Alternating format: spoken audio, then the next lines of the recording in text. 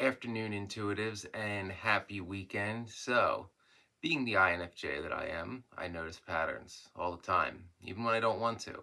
And a pattern has emerged that is relevant to this channel. So, I've noticed a pattern among specifically narcissistic men.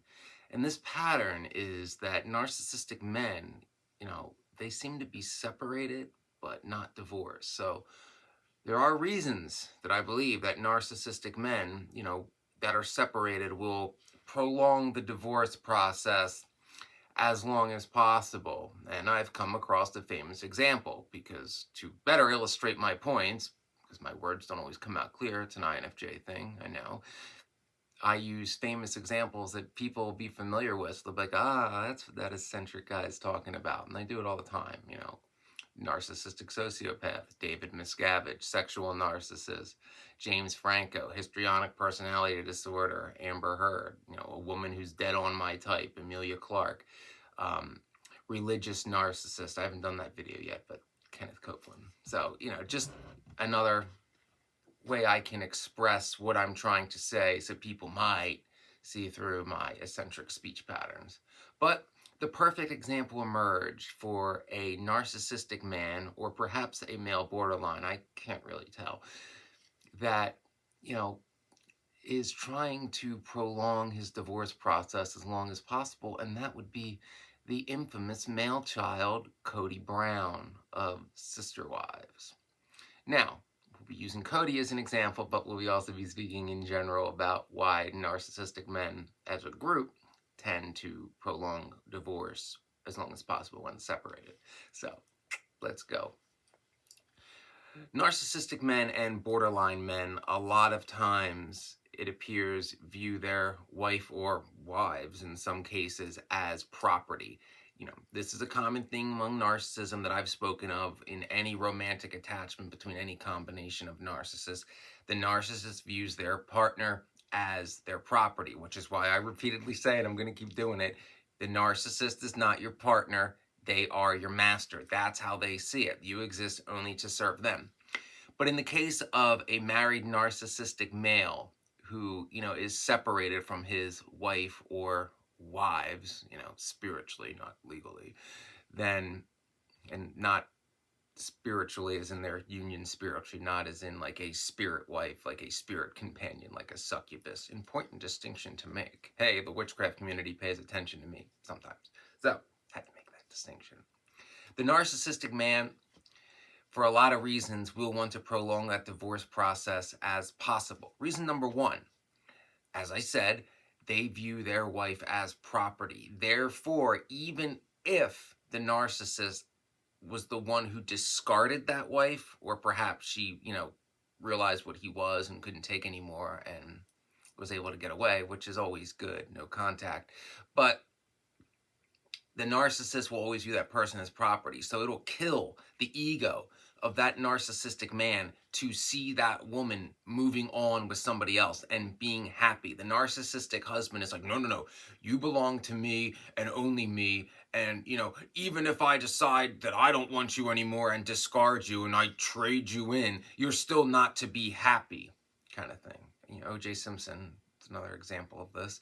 But you can see that with Kody Brown. Or in the same vein, it's like, I'm not going to get rid of you, but you're going to stay married to me, and we're going to be low contact until you prove you're worthy enough. And that pretty well describes the situation with Kody Brown and his wife Mary, where she's clinging on to scraps of false hope that her and Kody will actually act like a married couple again, even though he barely pays attention to her. But she can't leave. No. And I think this all stems from she was talking to somebody else, and I don't even mean in person, I mean online, and the person was lying to her, so she got played by somebody. But hey, he's, I am the king, King Kody of the Apostolic Brotherhood. There's a reason why polygamy is not legal. Don't take my word for it, I don't know too much about it, but Colleen Snow, who is quite a badass and someone I respect, yeah, go listen to some of her stuff. She lived it, she knows. So, another reason why narcissistic men will stay separated instead of being divorced is, and it's a common thing among narcissism, they're very materialistic. So my stuff, in a divorce, particularly in a divorce that will happen due to the narcissistic husband's infidelity, they're going to lose stuff in that divorce, and rightfully so. And the idea of losing stuff, oh my God, no. Because remember, to a narcissist, the more stuff you have, the more value you have. Whoever dies with the most toys wins. A big part of life is showing everybody else what you have that they don't, and be like, that kind of thing. So that will get to them. Third, a big reason is once the divorce is finalized, the narcissist loses the vast majority, or in some cases, all their leverage. So all the truth comes out, because now the target has nothing to lose by exposing the narcissist. The leverage the narcissist had over the target is gone, and the truth comes out, and the masks come off. And as we all know who watch narcissism videos, the narcissist can't have that, because if they are exposed, particularly if they are a public figure, then that makes it very difficult for them to obtain future targets, because they always want more targets. There's never enough supply. It's like a cocaine addict. There's never enough cocaine. And that is a big reason of why narcissistic husbands stay separated instead of getting divorced. In the case of Kody Brown, you can see this on sister wives, especially the materialism. For the little bit I've watched the show over the years, an episode here and there, it looks like, he's always held on to his wife, Janelle, because she is successful in her job and helps pay the bills, because Kody could not support his vast amount of children and his wife that he actually likes, Robyn, solely on his salary. And you can look by the cars he drives. He's quite flashy and materialistic.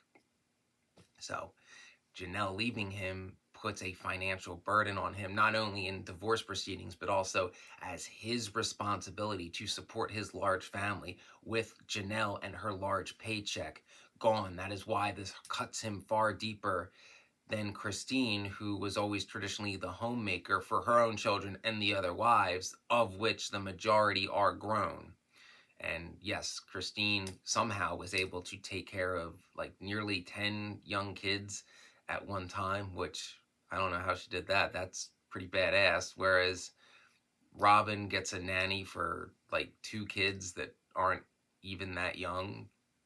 Double standards much, but narcissists love their double standards. And a narcissistic husband cannot handle, when they are not, the boss, like, my word is law, I am in this home, I am God kind of thing, which Kody tried to do, and, excused it on the basis of his religion, as a lot of men do.